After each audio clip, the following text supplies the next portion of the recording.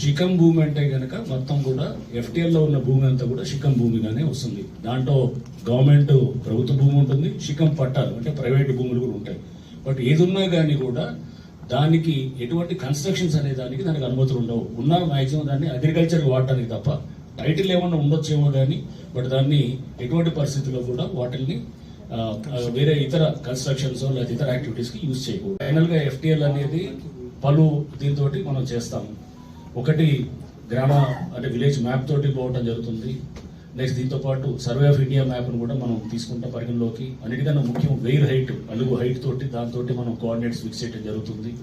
And అట్లానే lake స్ప్రెడ్ని కూడా తీసుకుంటున్నాం.